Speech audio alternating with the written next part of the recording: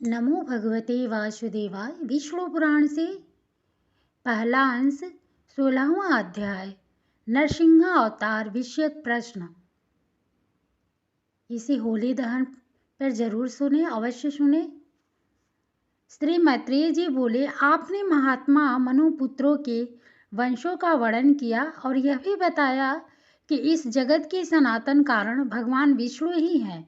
किंतु भगवान, आपने जो कहा कि दैत्य श्रेष्ठ प्रहलाद जी को न तो अग्नि ने ही भस्म किया और न उन्होंने अस्त्र शस्त्रों से आघात किए जाने पर ही अपने प्राणों को छोड़ा, तथा पाशवध होकर समुद्र के जल में पड़े रहने पर उनके हिलते डुलते हुए अंगों से आहत होकर पृथ्वी डगमगाने लगी और शरीर पर पत्थरों की बौछार पड़ने पर भी वे नहीं मरे। इस प्रकार जिन महाबुद्धिमान का आपने बहुत ही महात्म्य वर्णन किया है, हे मुने, जिन अति तेजस्वी महात्मा के ऐसे चरित्र हैं, मैं उन परम विष्णु भक्त का अतुलित प्रभाव सुनना चाहता हूँ। हे मुनिवर, वे तो बड़े ही धर्मपरायण थे, फिर दैत्यों ने उन्हें क्यों अस्त्र शस्त्रों से पीड़ित किया और क्यों समुद्र के जल में डाला? उन्होंने किस लिए उन्हें पर्वतों से दबाया, किस कारण सर्पों से डसाया, क्यों पर्वत शिखर से गिराया और क्यों अग्नि में डलवाया?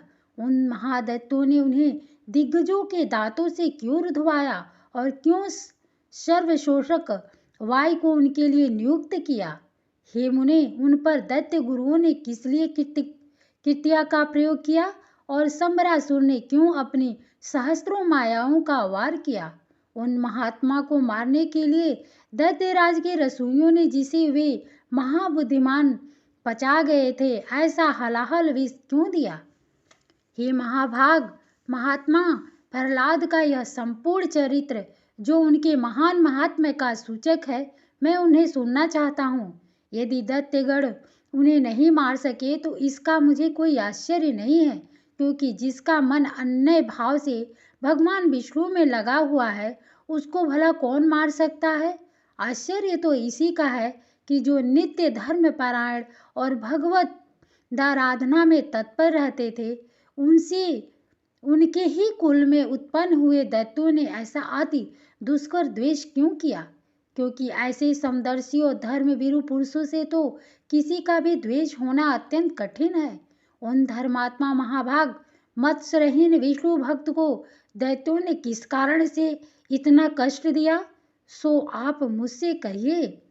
महात्मा लोग तो ऐसे गुण संपन्न साधु पुरुषों के विपक्षी होने पर भी उन पर किसी प्रकार का प्रहार नहीं करते, फिर स्वपक्ष में होने पर तो कहना ही क्या है। इसलिए हे मुनिश्रेष्ठ, यह संपूर्ण वृत्तांत विस्तार पूर्वक वर्णन कीजिए। मैं उन दैत्यराज का संपूर्ण चरित्र सुनना चाहता हूँ। इसके आगे की कथा 17वें अध्याय में